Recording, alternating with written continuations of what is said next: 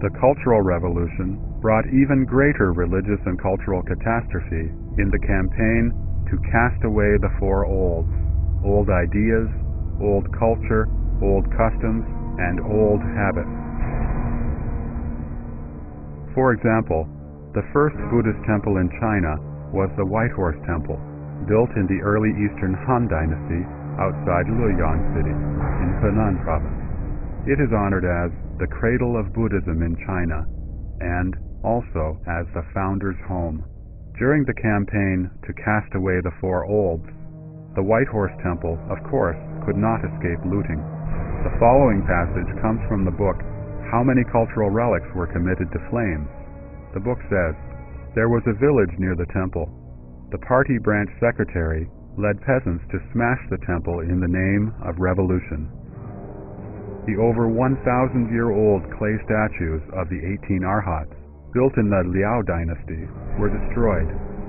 The Bayeux scripture that an eminent Indian monk brought to China 2,000 years ago was burned. A rare treasure, the jade horse, was smashed to pieces." Several years later, Cambodian king in exile, Norodom Sihanouk, made a special request to pay homage to the White Horse Temple. Zhou Enlai, the Chinese premier at the time, hurriedly ordered that the Bayeux scripture, stored in the imperial palace in Beijing, and that the statues of the 18 Arhats from the Temple of Azure Clouds from Xiangshan Park near Beijing all be transported immediately to the White Horse Temple. With these bogus replacements, a diplomatic difficulty was solved. The Cultural Revolution began in May 1966. It was, in fact, revolutionizing Chinese culture in a destructive way. Starting in August 1966, the raging fire of the campaign to cast away the four olds burned the entire land of China. Regarded as objects of feudalism, capitalism, and revisionism, the Buddhist temples, Taoist temples, Buddha statues, historical and scenic sites, calligraphy, paintings, and antiques became the main targets for destruction by the Red Guards. Take the Buddha statues, for example. There are 1,000 colored, glazed Buddha statues in relief on the top of Longevity Hill at the Summer Palace in Beijing. After the campaign to cast away the four olds, they were all damaged. None of them has a complete set of the 5 sensory organs any longer. The capital of the country was like this, and so was the rest of the country. The Luoguan Temple, where Lao Tzu gave his lecture and left his famous Tao Te Ching 2,500 years ago, is situated in the Zhouzhi County of Shanxi Province. Centered on the platform where Lao Tzu lectured, within a radius of 3 miles, there are over 50 historical sites. The Luoguan Temple and the other historical sites have now been destroyed, and all the Taoist priests have been forced to leave. According to the Taoist canon, once one becomes a Taoist priest, one can never shave one's beard or have one's hair cut. However, Taoist priests are now forced to have haircuts, to take off their Taoist robes, and to become members of people's communes. Some of them married daughters of the local peasants and became their sons-in-law.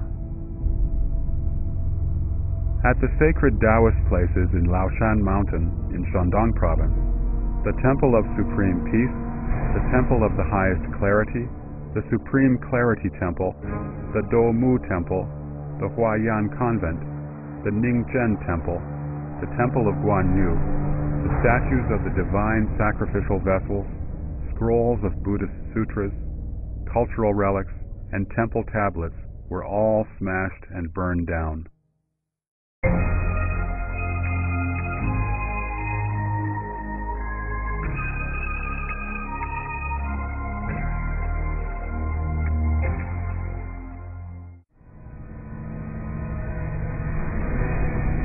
In the campaign to cast away the four olds, many one-of-a-kind books, calligraphies, and paintings that had been collected by intellectuals were committed to fire.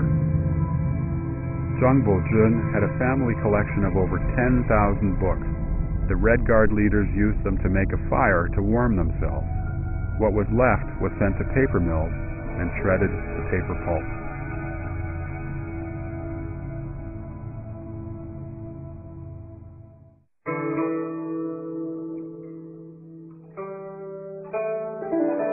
A poem by Meng Haoran from the Tang Dynasty goes, "While worldly matters come and go, ancient, modern, to and fro, rivers and mountains are changeless in their glory, and still to be witnessed from this trail."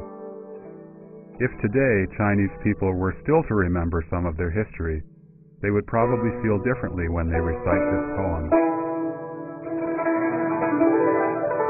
Cultural relics, as the essence of Chinese culture, have been inherited and accumulated over several thousand years. Once destroyed, they cannot be restored.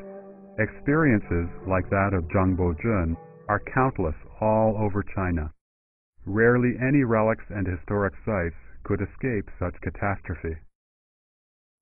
When we sighed over the old summer palace being burned down by the Anglo-French Allied force, when we sighed over the monumental work of the Yongle Encyclopedia being destroyed by invaders' flames of war, how could we have anticipated that the destruction caused by the CCP would be so much more widespread, so much more long-lasting, and so much more thorough than that caused by any invader?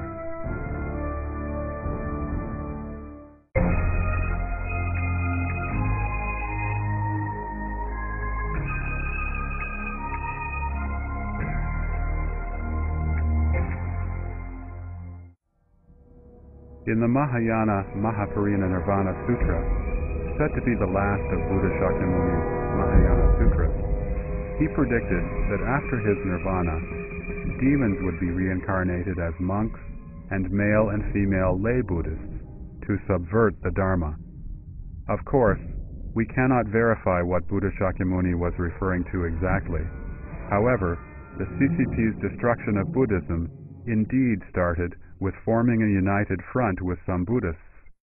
They even sent some underground Communist Party members to infiltrate the religion directly, to subvert it from within.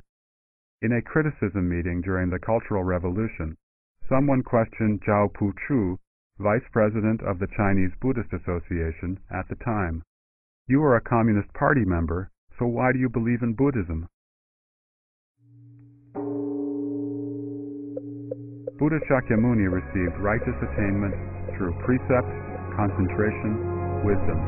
Before his nirvana, he instructed his disciples to admire the precepts, regard the precepts as your teacher. In the Buddhist scriptures, many kinds of retribution were described for breaking the precepts. In 1952, the CCP sent representatives to attend the inaugural meeting of the Chinese Buddhist Association. At the meeting, many Buddhists in the association proposed to abolish the Buddhist precepts. They claimed that these disciplines had caused the death of many young men and women.